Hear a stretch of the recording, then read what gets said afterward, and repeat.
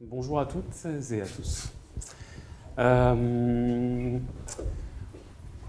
On m'a proposé d'utiliser un mot pour commencer en m'expliquant que ce genre de conférence était difficile à entamer et que c'était souvent le premier mot qui était difficile. Alors je me suis dit que j'allais tenter un bonjour et que le bonjour était assez universel, pouvait passer. J'ai déjà réussi mon entame. Est-ce que vous allez bien? Alors non, je vais reformuler ma question. Comment allez-vous bien? Bien, ok. Content d'être là, c'est parfait. Moi aussi, et peut-être encore plus d'ici une petite heure. Mais je suis aussi content d'être là où je suis parce que je me dis que finalement, on va pouvoir aujourd'hui échanger, je l'espère, pas mal de choses et j'espère en tout cas pouvoir vous donner des informations sur ce que vous êtes cherché, sur ce que vous êtes venu chercher par rapport à la thérapie brève intégrative. Est-ce que tout le monde a pu prendre un café ce matin? Est-ce que tout le monde a pu prendre un thé? Est-ce que tout le monde a pu prendre un verre d'eau? Non, pas les trois. Ah, bien. Parce qu'en fait, il paraît que c'est important de prendre un café le matin et que c'est bon pour la santé. Ouais. Mais il paraît aussi que le thé est bon pour la santé. Ça dépend. Mon naturopathe me dit qu'il est bon de prendre un verre d'eau chaude le matin avec un petit peu de citron. J'ai un ami qui est coach sportif. J'allais vous dire mon coach sportif et puis finalement je me suis dit que j'allais pas être crédible si je vous parlais de mon coach sportif. Donc j'ai un ami qui est coach sportif et qui me dit que le matin, pour bien commencer la journée, il faut faire 5 minutes de gainage. C'est vrai ? C'est vrai pour lui, c'est vrai pour vous, c'est vrai pour pas mal de monde.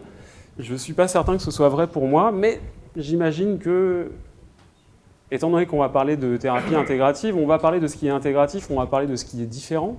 Et dans ce qui est différent, vous allez pouvoir comprendre que finalement, il n'y a pas de recette miracle. Que pour se sentir bien le matin, le café peut vous correspondre, ou le thé, ou un verre d'eau chaude, ou peut-être encore autre chose. Moi, le matin, je prends rien. Enfin, là, j'ai pris un café parce qu'il fallait que je laisse passer le temps avant de commencer. Mais, du coup, vous allez pouvoir comprendre qu'effectivement, il n'y a pas de recette miracle et qu'il y a plusieurs choses et que ces plusieurs choses peuvent être bonnes. Est-ce qu'il y a des personnes qui sont thérapeutes ou qui pratiquent la thérapie? Oui, ok. Donc c'est là-bas que je suis un petit peu grillé, il faut que je fasse super gaffe.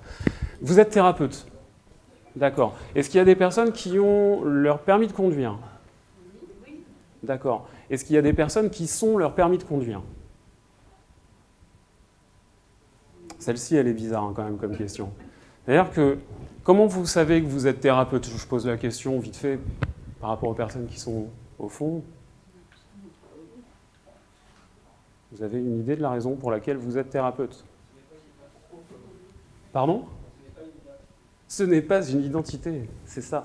Alors justement, l'identité, c'est un thème qui est assez vaste et on pourrait croire effectivement qu'on est thérapeute, on pourrait aussi croire qu'on pratique la thérapie, on pourrait croire qu'on a un permis de conduire et on est moins souvent apte à croire qu'on ait son permis de conduire.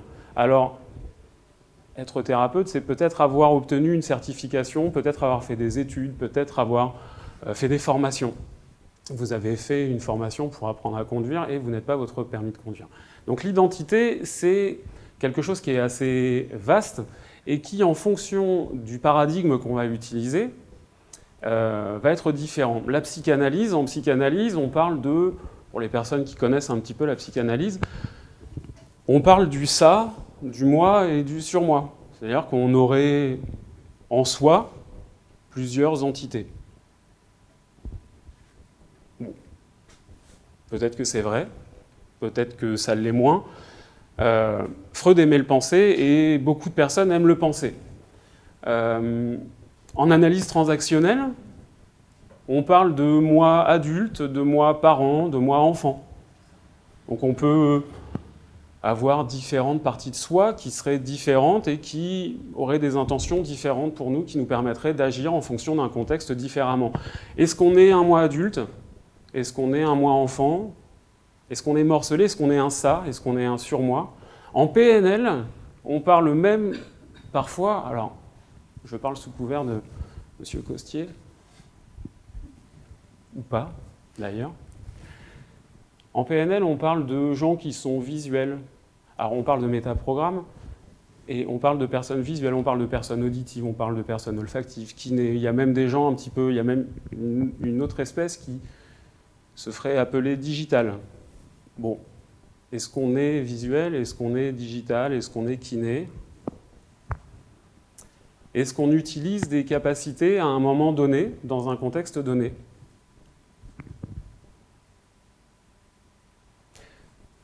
Finalement, on pourrait aimer croire que ce que l'on est nous permet de survivre ou de profiter finalement de ce qu'on a à vivre. Et dans cette situation, peu importe qui vous êtes, peu importe ce que vous faites, vous avez la possibilité de vous référer à différentes valeurs, différents critères. La thérapie intégrative, c'est un petit peu ça. Alors, je pourrais vous donner des définitions, je pourrais vous parler de concepts, je pourrais vous parler de paradigme. Parce que ce mot-là, il est joli, et puis en plus de ça, ça fait un peu crâneur. Alors, je l'aime bien. Il y a des formations, évidemment, dans lesquelles vous pouvez vous former. Vous pouvez apprendre justement tout ça. Et aujourd'hui, pour vous en parler assez simplement, l'idée c'est de dire qu'il n'y aurait pas de thérapie intégrative, il n'y aurait pas une thérapie intégrative, il y aurait différentes thérapies intégratives. Le principe de la thérapie intégrative, c'est de s'inspirer de différents courants. Alors je vous ai parlé de la psychanalyse. La psychanalyse n'existe pas vraiment chez Synapse. En tout cas, on ne l'utilise pas. Elle n'est pas enseignée. Elle existe, peut-être. L'analyse transactionnelle, elle n'est pas non plus utilisée ou enseignée directement. C'est-à-dire que c'est un des courants qu'on peut utiliser dans le cadre de la formation intégrative. Il pourrait y avoir encore d'autres choses. Il pourrait y avoir les valeurs de Grave ou Graves, comme vous voulez, on peut le dire différemment. On pourrait parler de la thérapie des schémas. On pourrait parler de plein d'autres choses. Je vous ai parlé de mon naturopathe qui me conseille de boire de l'eau chaude le matin. Peut-être que dans une démarche intégrative, la naturopathie fait partie de la thérapie. Peut-être que le sport fait partie de la thérapie, peut-être que la lecture fait partie de la thérapie, et peut-être qu'il y a plein de façons, finalement, d'aller bien, ou d'aller mieux, ou d'aller bien mieux.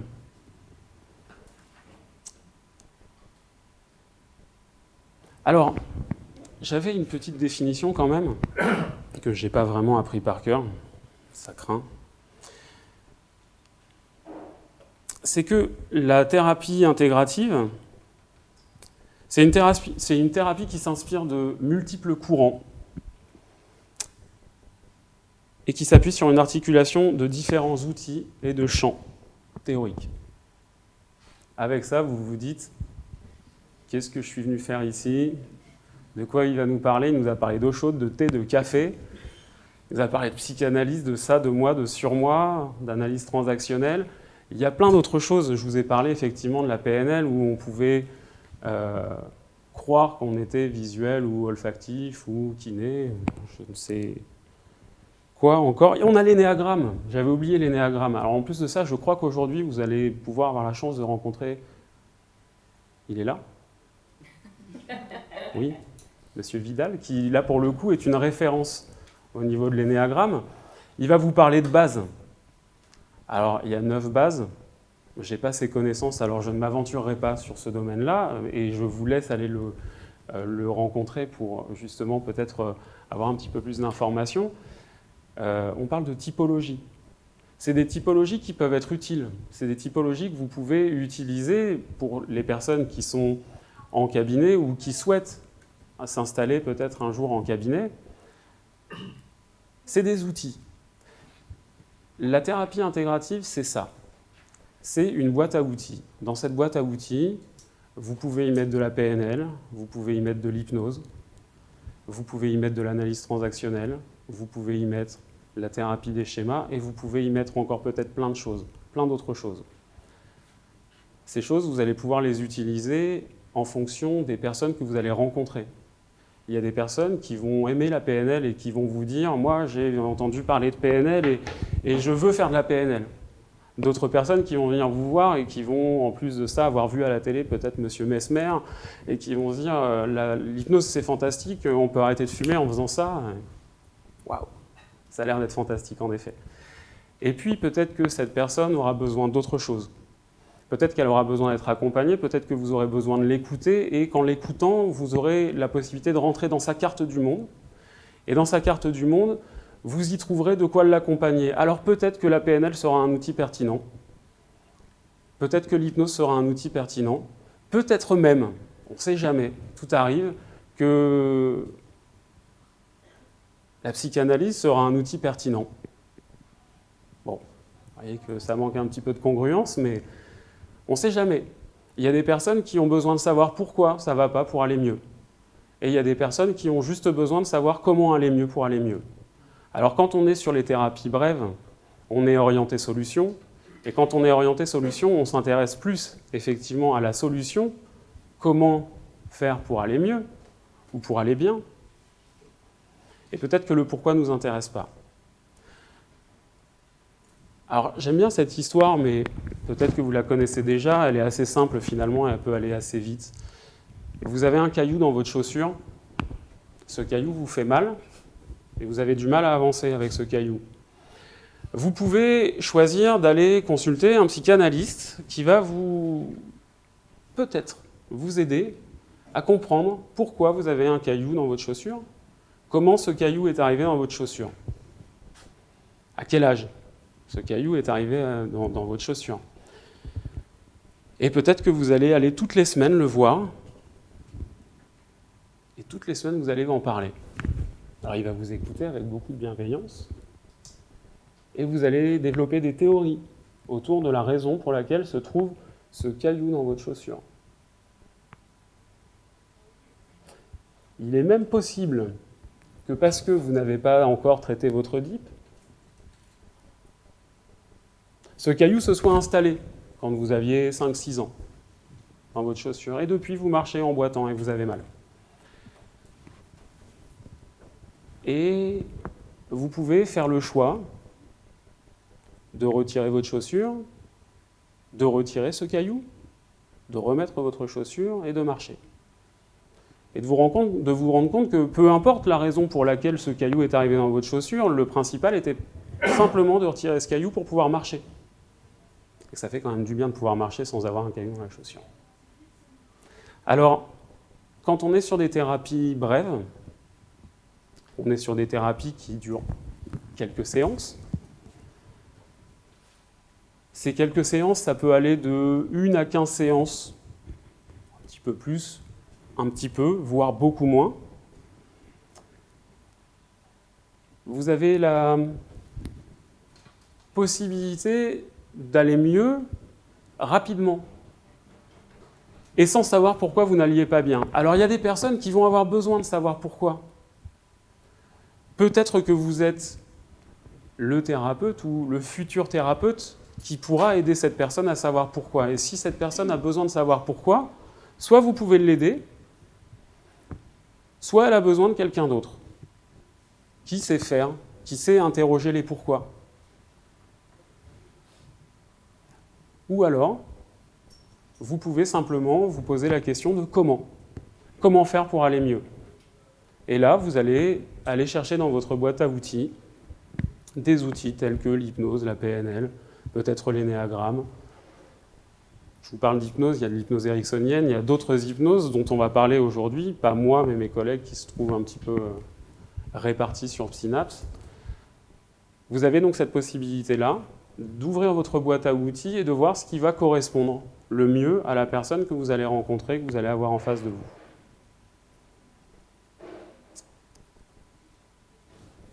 J'ai oublié quelque chose. Je ne me suis pas présenté, alors peut-être que vous avez vu mon nom. Donc je m'appelle Stéphane Bini.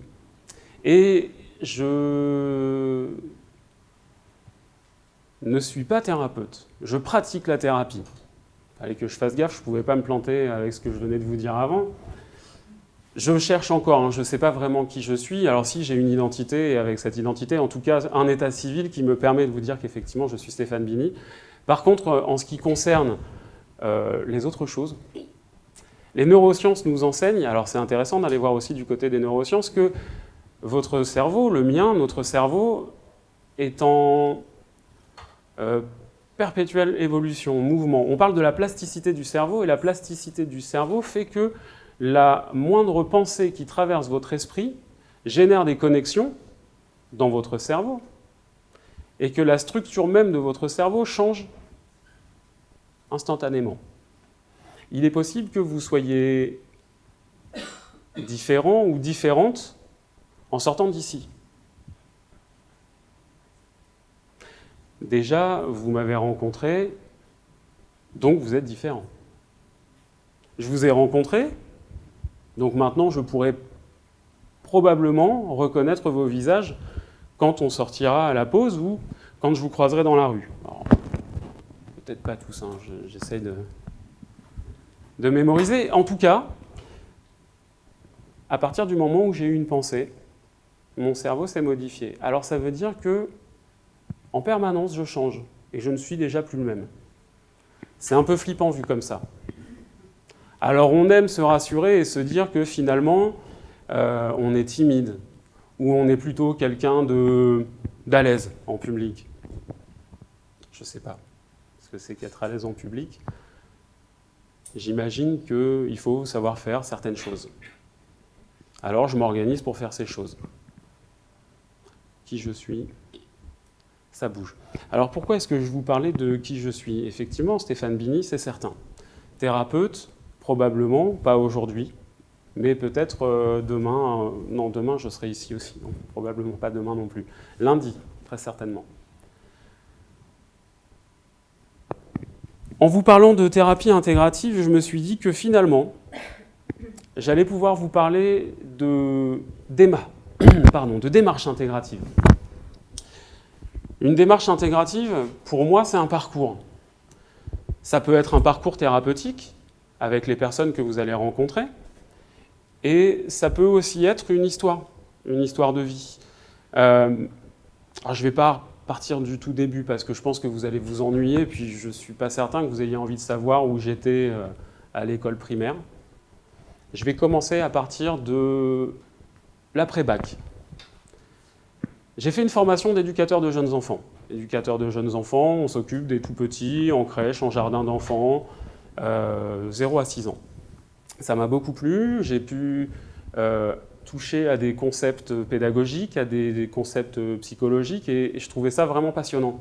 Et quand j'ai eu mon diplôme, j'étais passionné, mais j'étais un petit peu frustré, un petit peu sevré d'apprentissage, et du coup, il a fallu que j'y retourne. Donc je suis parti à la fac.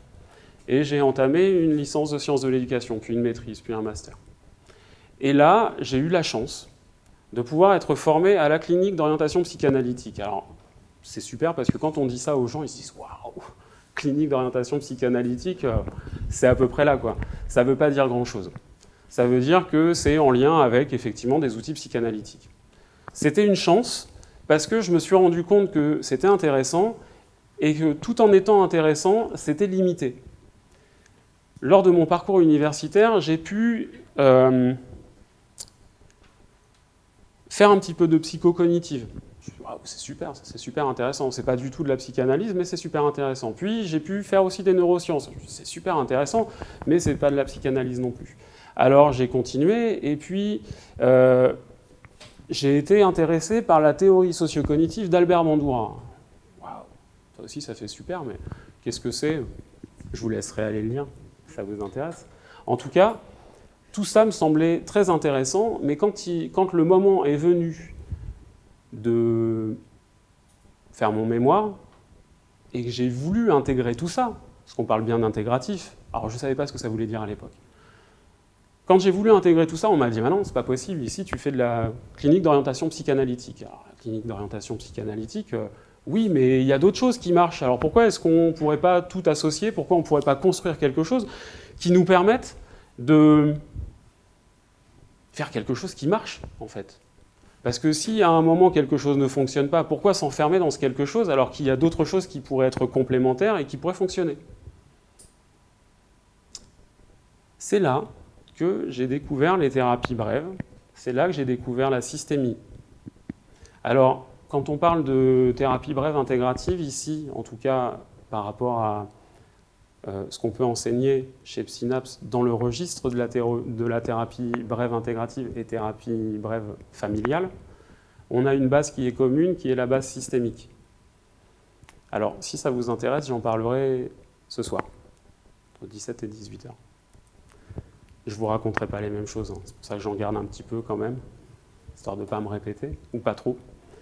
Donc j'ai découvert la thérapie brève systémique, la systémie, et je me suis dit, mais c'est révolutionnaire en fait. Il n'y a plus une façon de penser binaire, c'est pas bien ou mal, ça fonctionne ou ça ne fonctionne pas. Et parfois même, des choses qui fonctionnent à un moment donné dans un contexte peuvent ne plus fonctionner dans un autre. C'est fantastique. Ça évite de croire que c'est figé, ça évite de croire que c'est bien ou mal. Ça m'a beaucoup plu, je me suis formé, je me suis intéressé, j'ai mis le doigt dans l'engrenage et puis j'ai continué ensuite sur l'hypnose, sur la PNL. C'est ce qui pourrait ressembler à un parcours intégratif, à une démarche intégrative. Donc maintenant, vous parlez de thérapie intégrative, il existe des formations. Vous avez la possibilité d'aller voir ce qui se fait dans ces formations. Vous avez la possibilité d'aller lire également ce qui s'y fait. Alors j'avais prévu un petit texte et puis finalement je me dis qu'on est quand même encore un petit peu tôt et que j'ai pas envie de vous perdre totalement. Ce serait dommage que je vous endorme complètement. Et du coup, plutôt que de continuer à parler, ce que je vous propose, c'est de prendre la parole, parce que finalement, le thème aujourd'hui, c'est bien l'ouverture thérapeutique. Le thème de ces 2 jours de conférence, c'est l'ouverture thérapeutique. Si on s'enferme dans une pratique en croyant que cette pratique, c'est la pratique absolue et qu'il n'y a que de ça de vrai, il est possible qu'on passe à côté de quelque chose. Il est possible qu'on foire un accompagnement thérapeutique. L'idée aujourd'hui, c'est bien d'ouvrir sa pratique et parler d'intégratif, de démarche ou de thérapie intégrative dans un contexte d'ouverture thérapeutique, c'est pour moi presque aujourd'hui un pléonasme. Je ne vois pas comment on peut faire plus d'ouverture qu'en faisant de l'intégrative. Alors, je vous ai parlé de mon parcours, il y a plein de parcours, il y a les vôtres qui sont très probablement très intéressants. Vous avez probablement des questions? Oui, je suis rassuré. D'ailleurs, j'ai appuyé sur le micro, je suis désolé, Sarah. L'ouverture, aujourd'hui, l'ouverture du débat. Est-ce que vous avez des questions qui ne mèneront peut-être pas à un débat parce qu'il est possible qu'on soit aussi d'accord?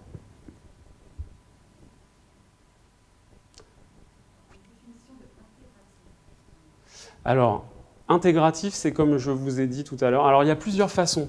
En fait, on pourrait le définir de plusieurs façons. Intégratif, on pourrait parler de quelque chose d'holistique. C'est-à-dire que c'est global. On est un tout qui fait partie d'un tout. Ça pourrait être une première définition, ou en tout cas un des premiers paradigmes sur lesquels repose l'intégrative. Après, il y a aussi le multiréférentiel ou le multidimensionnel. On pourrait parler du corps, on pourrait parler de l'esprit, on pourrait parler du mental, on pourrait parler de l'émotionnel. À partir du moment où on va traiter les différentes dimensions, on est sur de l'intégratif. À partir du moment où on est multiréférentiel, comme je vous disais, ça peut être la PNL, ça peut être l'hypnose, ça peut être l'analyse transactionnelle, ça peut être la psychanalyse, pourquoi pas. En tout cas, vous avez plusieurs possibilités. Et quand on est sur de l'intégratif, on est bien là-dessus. Quelque chose d'holistique, de multidimensionnel et de multiréférentiel.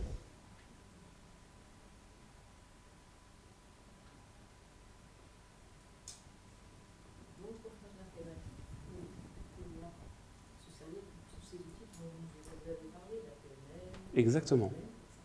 Et il y en a d'autres. Hein. Alors, on référence entre... Alors, j'avais une référence, mais qui date un petit peu, c'est Monsieur Chambon, qui doit être psychiatre à l'université et professeur à l'université de Lyon, qui, en 99, dans un bouquin, parlait de 400 thérapies, 400 formes de thérapies différentes.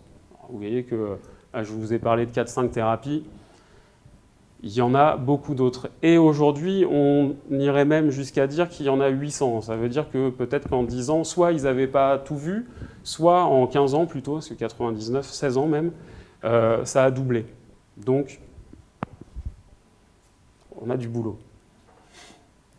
Avant de pouvoir... Il n'y a pas... Alors, comme je voulais vous le transmettre, c'est qu'il n'y a pas une thérapie intégrative.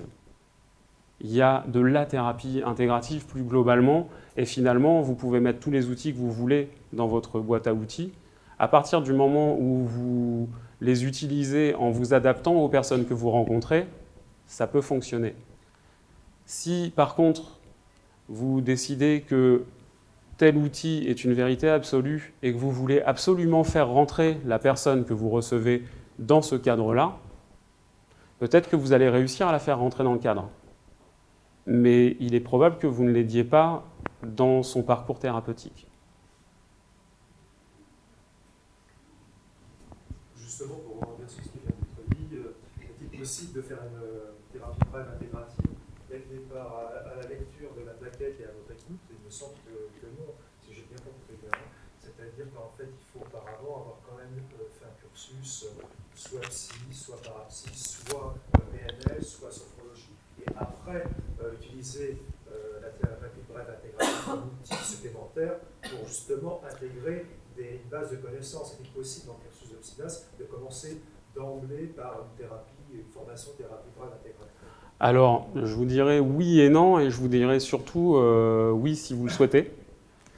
Et je vous dirais, je vais arrêter de faire des réponses aux politiciens, je vous dirais oui parce que finalement, on va être sur une base systémique.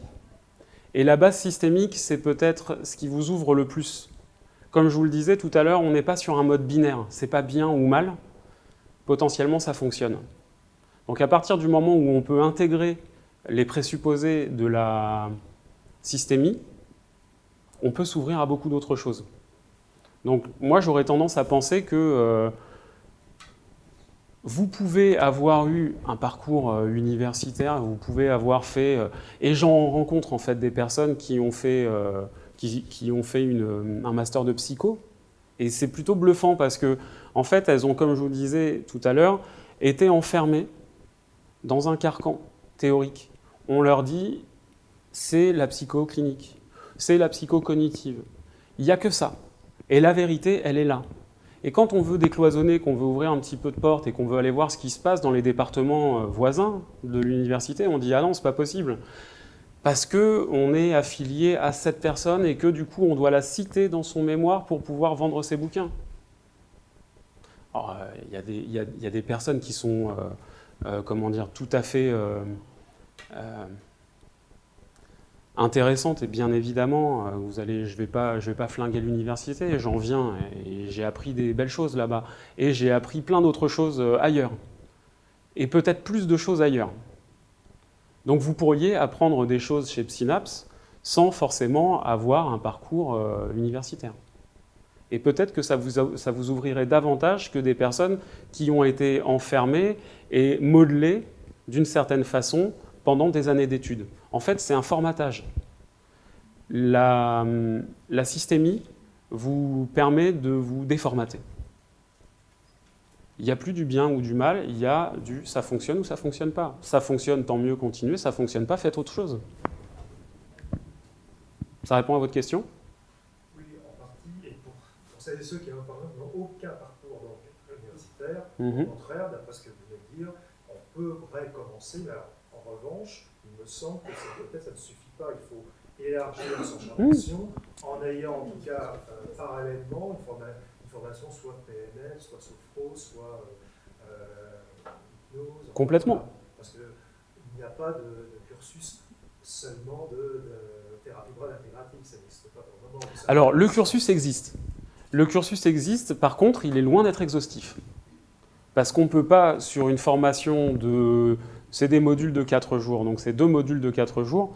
En fait, quand vous faites, si vous venez vous formez chez Synapse, vous allez avoir une base systémique de 4 jours et vous allez ensuite avoir 8 jours sur la thérapie brève intégrative. Alors, 8 jours plus 4 jours, ça ne suffit pas. Ça ne suffit pas, ça vous donne des bases, mais après, il y a du travail derrière, il y a de la pratique, il va falloir continuer à bouquiner, il va falloir... Ou alors, vous avez des capacités qui sont énormes et je vous le souhaite, vous allez tout intégrer et vous allez maîtriser. Ça arrive. Donc, vous pourriez commencer par là et vous rendre compte que donc, on a un module intégratif. Dans ce module, on va toucher à certaines thérapies. Mais évidemment, on ne peut pas être exhaustif, on ne peut pas avoir entre 400 et 800 thérapies sur... alors, déjà, cette prétention-là, ce serait compliqué. Et puis, il faut être réaliste, à quoi ça sert? Il y a des choses qui vont fonctionner dans notre société qui ne fonctionnent pas dans d'autres sociétés. Donc, les outils vont s'adapter aux personnes que vous avez. La PNL, c'est très pragmatique, ça fonctionne très bien aux États-Unis, ça fonctionne en France, et pour le coup, moi j'aime beaucoup la PNL et j'en fais beaucoup. Je suis convaincu que ça fonctionne, et il y a des personnes qui ont besoin de savoir pourquoi. La PNL, on s'en fout, moi je veux pas retirer le caillou. Je veux savoir pourquoi il est là, mon caillou. Bon, bah avec cette personne-là, il faut faire autre chose. Il faut interroger le pourquoi. Oui, ça vous répond? Oui. D'accord.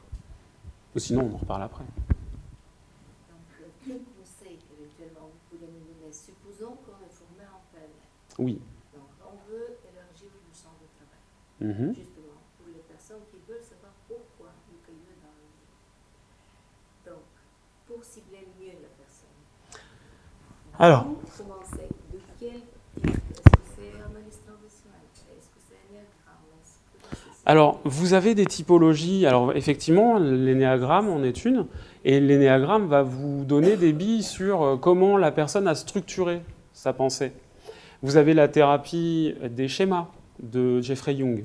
Là, on le traite, ça, par exemple, en intégrative, où là, vous allez avoir des bases pour comprendre comment la personne se structure. Oui. L'analyse transactionnelle aussi. Dans l'analyse transactionnelle, on parle de drivers, et puis avec des drivers, on peut savoir, anticiper un petit peu comment les personnes vont fonctionner, parce qu'elles ont construit des matrices de fonctionnement. Mais justement, comment se retrouver dans tout ça? Comment se retrouver? C'est efficace, énéagramme, ok, mais analyse transactionnelle aussi, par le driver et tout. Oui. Alors, comment? Votre question, c'est de savoir, vous avez fait de l'hypnose ou de la PNL? Vous avez fait de la PNL. C'est de savoir ce que vous pourriez faire après? Oui. D'accord. Alors, je vais prêcher pour ma paroisse, venez en intégrative. Et là, vous allez avoir effectivement un panel. Alors, encore une fois, ce n'est pas exhaustif, mais vous allez pouvoir aborder d'autres façons de faire. Je vous conseille, je ne peux que vous conseiller dans votre pratique de vous intéresser à la systémie. Alors la systémie, j'en reparlerai ce soir, mais je peux au moins vous donner quelques pistes par rapport à ça. Il faut savoir que ça a été créé dans les années 50 à Palo Alto. C'est Gregory Bateson qui était anthropologue, et cette personne s'est entourée de cybernéticiens, de mathématiciens, d'étudiants qui sont devenus après plus que des étudiants en communication, de thérapeutes familiales comme Virginia Satir, de thérapeutes comme Milton Erickson.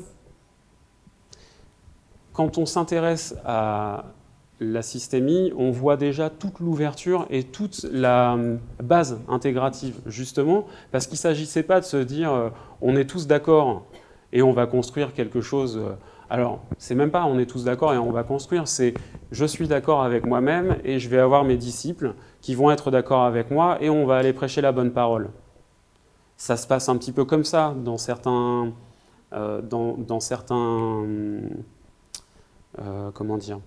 contextes théoriques. Il y a des personnes qui ont créé quelque chose, qui sont convaincues que c'est ça et qui ont probablement raison pour elles. C'est pas parce qu'elles ont raison pour elles qu'elles ont raison pour les autres. C'est pas parce que je pense que c'est bien de boire un café pour moi le matin, parce qu'on peut maintenant boucler la boucle, c'est pas parce que je pense que le café est bon pour moi le matin qu'il est bon pour vous. Et si je veux absolument vous faire rentrer là-dedans, si je forme des gens pour que ces gens vous disent il faut boire du café, si en plus, alors je vous ai dit que j'avais un parcours dans la petite enfance, j'ai trouvé quelque chose de fantastique à un moment, c'est qu'on m'a formé, parce que j'étais responsable de crèche à une époque, on m'a formé à la diététique. Vaste sujet. La personne qui venait nous former venait nous parler des préconisations d'un groupe qui s'appelle le GERMCN, et le GERMCN n'est autre qu'un groupe d'études financé par le ministère de l'Agriculture. Moi, je veux bien manger 5 fruits et légumes par jour. C'est bon. Buvez du lait. Le lait... Les produits laitiers sont nos amis pour la vie, c'est ce qui se dit. Mais est-ce que ça se dit dans tous les pays ? Est-ce que ça se dit dans un pays qui est un des plus grands pays producteurs de lait ? Alors, prêcher la bonne parole et dire « moi, je crois que ça c'est bon, et du coup, soyez tous d'accord avec moi », moi, en tout cas, c'est pas ma came, c'est pas quelque chose qui m'intéresse. Je travaille pas comme ça. Ce qui m'intéresse, c'est d'aider les personnes à développer ce qui est bon pour elles. Avec l'intégrative, on peut le faire. Sur la base systémique, on peut le faire. Il y a certainement d'autres choses. Je n'ai pas la prétention de tout savoir, et ce n'est pas parce que je suis dans une démarche intégrative que je connais toutes les thérapies. Il y en a des certainement différentes, et peut-être plus adaptées à vos besoins. En tout cas, quand on part sur quelque chose de systémique, on est déjà ouvert à un système qui va fonctionner d'une certaine façon, et on n'est plus sur un mode binaire, c'est bien, c'est mal, c'est oui, c'est non. La place de l'hypnose, c'est un outil. C'est un outil comme la PNL. Quand on est sur la thérapie brève intégrative ou sur la thérapie brève systémique, on est sur une couche stratégique. Cette couche stratégique, elle va vous servir à identifier ce qui se joue dans ce système et de voir ce que vous pouvez développer comme stratégie pour accompagner la personne. Une fois que vous voulez développer une stratégie, peut-être qu'il sera utile d'utiliser l'hypnose. Peut-être qu'il sera utile de prendre la PNL. Peut-être que l'énéagramme vous aura aidé à cerner la problématique. Et vous avez encore plein d'autres outils. Question, donc en quelques jours, on peut pas avoir donné des outils en profondeur, on est juste sur des stratégies. Et on ne peut pas intégrer, par exemple, des outils utilisables sur le client. Si. Parce qu'en fait, vous avez la possibilité de les pratiquer, vous avez la possibilité d'être sensibilisé théoriquement à des outils, vous avez la possibilité de les pratiquer, parce que quand on est sur les types de formations qu'on propose ici, on est sur une alternance de théorie et de pratique. Qu'est-ce qui est le plus important ? De savoir exactement quand a été conçu ce concept-là, et de savoir quelle est la source. Alors il y a des personnes que ça intéresse, on va avoir, si on parle d'énéagramme, des bases 5 qui vont être intéressées par ça. Ils vont se dire, il faut absolument que je sache comment, pourquoi, et que j'ai toutes les infos en lien avec ça. Et puis, il y a des personnes qui sont beaucoup plus pragmatiques et qui se disent, mais moi je m'en fous de savoir qui a inventé, je vous ai parlé de Gregory Bateson, c'est super, mais finalement, est-ce que c'est plus utile de savoir qui est Gregory Bateson, ou plus utile d'être bon dans la relation et dans la perception des problèmes de l'autre pour l'accompagner. Donc peut-être que vous n'aurez pas toutes les connaissances théoriques. Et de toute façon, vous ne pouvez pas toutes les voir, et peut-être que vous n'intégrerez pas tout. Mais par contre, vous allez développer une pratique, et que cette pratique pourra marcher. Et en plus, quand elle ne marchera pas, vous allez développer la capacité de vous rendre compte que quand ça ne marche pas, vous avez un feedback qui vous permet de faire autre chose de plus adapté. Quoi qu'il arrive, ça peut être effectivement un peu superficiel parce que quand on fait de de la thérapie brève intégrative et qu'on parle de l'analyse transactionnelle, c'est pas un cursus d'analyse transactionnelle. C'est évident que j'ai beaucoup moins de connaissances qu'une personne qui a fait tout un cursus de transactionnel. Par contre, moi, je sais utiliser certains outils de l'analyse transactionnelle stratégiquement à certains moments qui me permettent peut-être d'avoir plus de résultats qu'une personne qui n'utilise que l'analyse transactionnelle et qui s'est enfermée dans l'analyse transactionnelle en pensant que c'est la vérité absolue. D'où l'intérêt de l'intégratif de s'ouvrir avec humilité parce qu'il y a beaucoup, beaucoup de choses à découvrir. Est-ce que vous conseillez de faire un peu d'hypnose, un peu de etc. et ensuite arriver à l'intégratif? Alors, moi personnellement, je préfère avoir des outils stratégiques. Donc l'outil stratégique, c'est vraiment la systémie. La systémie, plus l'intégrative, ça vous permet d'ouvrir, et avec ça, vous pouvez rajouter de l'hypnose, vous pouvez rajouter de la PNL, sachant que l'hypnose et la PNL, alors l'hypnose ericksonienne, c'est quelque chose, la PNL, c'est construite dans la mouvance de Palo Alto. Donc il y avait une base systémique, et ensuite, il y a eu tout ce travail de développement de la PNL qui est hyper riche, qui est hyper intéressant. Moi, je vois des étudiants qui ont fait de la PNL et qui utilisent la PNL sans comprendre dans quelle base. Parce que quand on parle des présupposés de la PNL, par exemple, on dit que la carte n'est pas le territoire. C'est bien de savoir que la carte n'est pas le territoire, mais c'est encore mieux de comprendre ce que ça veut dire et où ça s'inspire. Où ça puise sa source, en fait. Et là, si vous allez chercher de la systémie, vous allez pouvoir vraiment toucher la base. Donc, à mon avis, c'est intéressant de commencer par la systémie et l'intégrative. C'est deux cursus, excusez-moi, différents, intégratifs. Il y a une base. Alors, ça dépend des écoles. En tout cas, ici, on parle d'une base systémique qui est commune, et ensuite, on part soit vers l'intégrative, soit vers la thérapie familiale.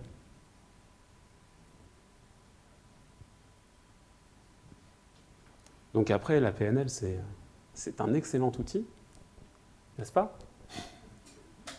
Moi, j'aime beaucoup. Je fais presque que ça, mais je le fais avec un outil stratégique derrière. Avez-vous d'autres questions? Ou est-ce presque le temps de vous libérer? 5 minutes comme ça? 7. Ok. D'autres? Oui?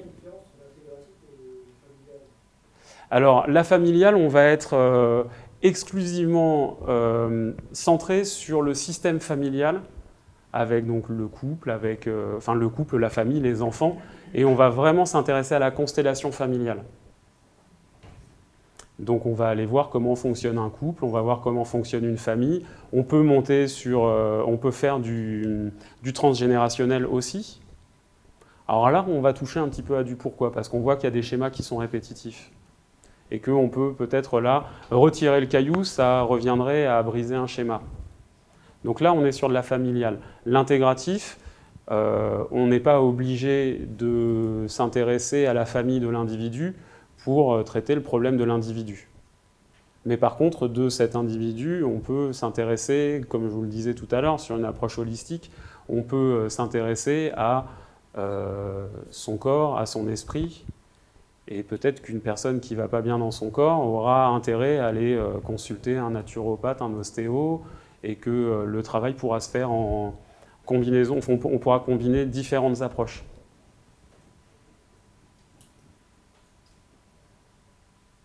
D'autres questions? Est-ce qu'il y a des schémas un peu spécifiques aux différentes pathologies du travail sur les comportements addictifs? J'ai eu le livre professionnel dans la deuxième, je me suis occupé de ça. Paris 8 était très axé systémique. Il y a un moment donné, on a identifié des parcours un peu plus prédéfinis Alors, la question des pathologies, il y a une formation qui est intéressante, que vous pouvez peut-être suivre, c'est la psychopathologie, à moins que vous ayez déjà des connaissances par rapport à ça, qui va vous permettre effectivement d'identifier certaines pathologies. C'est intéressant, mais comme toute forme de typologie, encore une fois, ça peut être réducteur. Qu'est-ce qu'une addiction? Parce que vous parliez d'addiction tout à l'heure. Est-ce qu'on a besoin de penser que cette personne a un profil addictif, ou est-ce qu'on a besoin de penser que cette personne a une pathologie, voire même est une pathologie? Moi, j'en suis pas certain. Donc, je ne travaille pas sur du diagnostic. Ce qui m'intéresse, c'est d'évaluer, alors j'en parlerai plus encore ce soir, ce qui m'intéresse, c'est d'évaluer la fonction de ce qu'on appelle un symptôme dans un système. Ce qui évite de s'enfermer dans un diagnostic qui pourrait être aliénant pour l'individu. Je ne sais pas si ça répond vraiment à votre question. Il existe des formations, il existe des cursus universitaires évidemment pour se former à la psychopathologie, pour justement identifier les pathologies, avec le risque d'étiqueter des gens et de les enfermer. On parlait d'identité tout à l'heure. Une personne qui a une addiction, si on l'aborde en pensant qu'elle est cette addiction, on risque de l'enfermer. Si on l'aborde en pensant qu'elle a un trouble du comportement dans un contexte par rapport aux produits addictifs, on a la possibilité de se dire que ce comportement peut changer, sans la stigmatiser et sans l'enfermer. Est-ce que ça répond à votre question? Complètement, parfois, l'addiction, c'est l'inversant, c'est vraiment ce qu'est la personne au fond d'elle-même, et de l'autre côté, c'est la rencontre de la personne avec la trouble dans un contexte, dans un mécanisme. Et en fonction des cas de figure, on ne sait pas forcément, on n'a pas a priori à définir, c'est la personne qui est très troublée ou ce mécanisme. Ce que nous dit la systémie, c'est qu'à un moment, la personne a eu besoin de mettre en place cette stratégie et que cette stratégie lui a été utile. Il est possible que le contexte ait changé, son environnement a évolué et que ce comportement perdure et qu'à ce moment-là, il ne soit plus aussi utile. Que d'un mécanisme de défense, on soit passé à quelque chose qui, tout simplement, plombe la personne au quotidien. Donc, c'est un choix. Alors, évidemment, c'est quand même intéressant de se former à la psychopathologie, parce que si vous vous formez à la psychopathologie, ça va peut-être vous éviter de recevoir des pervers narcissiques dans vos cabinets, quand bien même le pervers narcissique ne vient pas vraiment en cabinet parce que c'est pas là qu'il va trouver sa proie ou ses proies. C'est intéressant de savoir, c'est intéressant d'avoir des billes pour identifier ce qui pourrait éventuellement être risqué pour l'autre. Donc faites-le, si ça vous rassure, et faites-le en vous disant que c'est un outil et que ce n'est pas quelque chose de réel. Un fou n'est pas fou sur une île déserte. C'est ce que nous enseigne la systémie. La représentation que l'autre se fait de qui je suis, elle est contextuelle. J'aime bien parler du film avec Tom Hanks, Seul au monde, où Tom Hanks se balade avec Wilson et il parle avec Wilson. Dans son contexte d'île déserte, quand il parle avec Wilson, c'est salvateur. Si on sort et qu'on voit, ou même ici, est-ce que quelqu'un est venu avec Wilson ? Si vous vous retrouvez avec Wilson et que vous parlez avec Wilson, il est possible que les gens qui vous entourent se disent « Tiens, lui, il a une vraie pathologie ». Alors que sur une île déserte, parler avec Wilson, eh ben, ça permet de survivre. Donc, j'aurais presque tendance à faire de la surenchère. Je ne connais pas Wilson, je n'ai pas eu cet honneur. Mais de plus en plus, les gens vont parler avec Siri ou avec Cortana ou avec leur technologie. Oui, bien sûr. Alors, si effectivement vous voyez, et on le voit assez régulièrement, une personne dans la rue qui parle sans qu'on voit l'oreillette, vous dites, tiens, cette personne, elle parle seule, et on pourrait penser qu'elle est un petit peu barrée.